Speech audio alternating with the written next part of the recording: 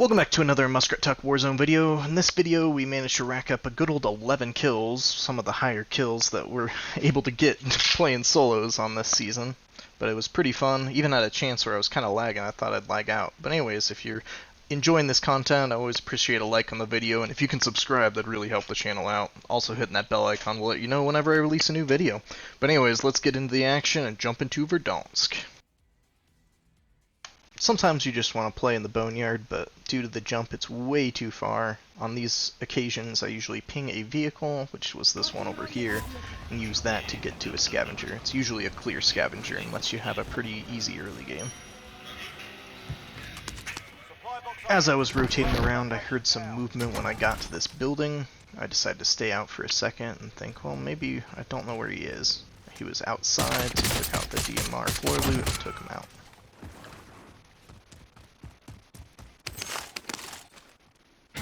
I'm still rocking with the Kar 98 and the AK-47, so pick up my good old loadout and make sure I get my perks.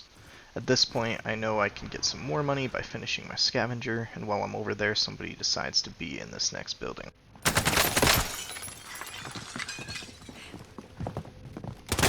One tip I have is if you've damaged somebody and are able to push, they won't have time to plate up, which gives you the advantage in the fight. Managed to also pick up my ghost loadout. Again, this makes sure you're off radar, so any of the heartbeat sensors or UAVs won't find you. As I'm crossing, I hear somebody approaching, and then I see him popping out, so I can just take him out with my AK.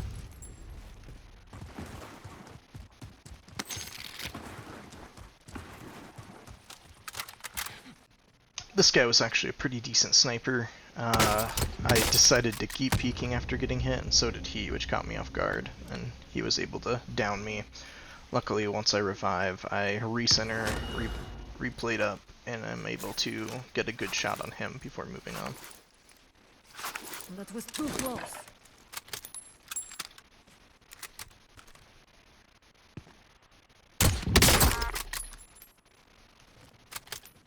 As I'm still on this roof, I hear somebody inside. Thanks to Tracker, I know exactly where he is. I switched my AK for better tracking, and when he jumps out, I take some damage. Of course, he's really shredded, so I jump down before he has a chance to plate.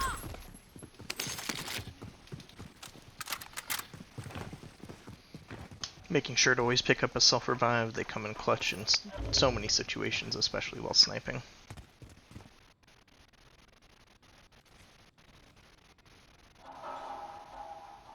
Unfortunately, with this shot, it gets stolen by this next guy I kill. So I shoot him, it gets killed, I get the assist, so I know somebody else is here, track over to him, and easy down, and then I finish.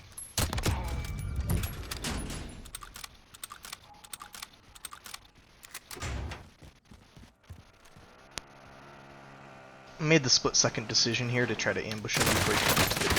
Because of the way he parked, he was unable to jump out and really go inside, which allowed me to take him out before getting too damaged.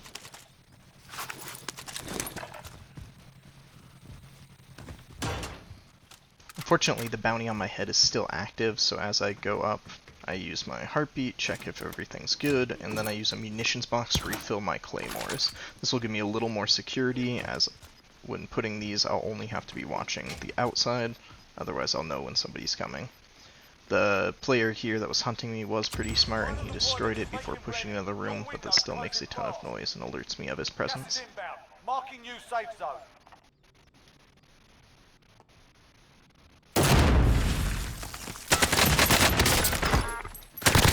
Friendly loadout drop on the way.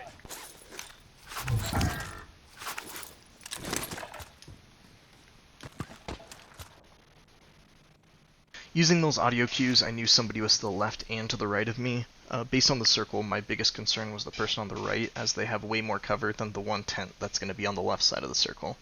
Because of this, I scope on this rock and take him out.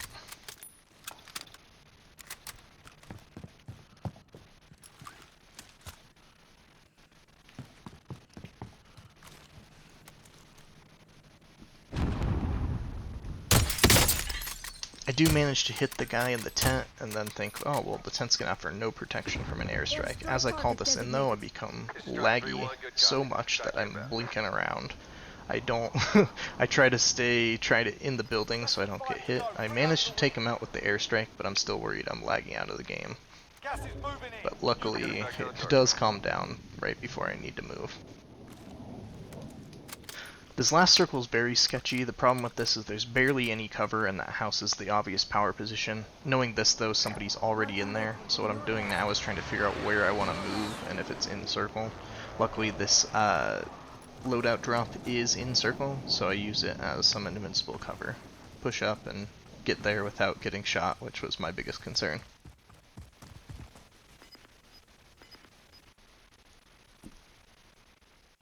As I'm looking around, I'm trying to identify where the 4 people are. Luckily, I do see one guy on the side. He goes for an interesting play here where he tries to put out a sentry turret. Unfortunately, there's a huge animation on this, so he leaves himself really vulnerable for a headshot. With this circle being almost completely open, I think my best chance of winning is getting that sentry turret, just so I have a little more control in this circle. This is a really risky play as I had to run halfway across the circle just to pick this up, but luckily nobody shoots me during this. This gives me a little bit of an idea that they're either in the house or on that back side of the circle, since they didn't take any shots as I was running.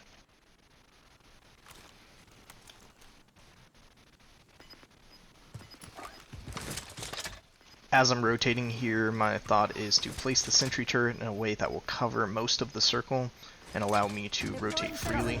I think this rock is still in, so I use this as cover, knowing that the sentry turret has my back. During that transition, though, the last person died, so I have an idea that the last guy is within this house, or at least around it somewhere. So I keep looking at that, knowing that the sentry turret has any weird flank route that he might take on the backside.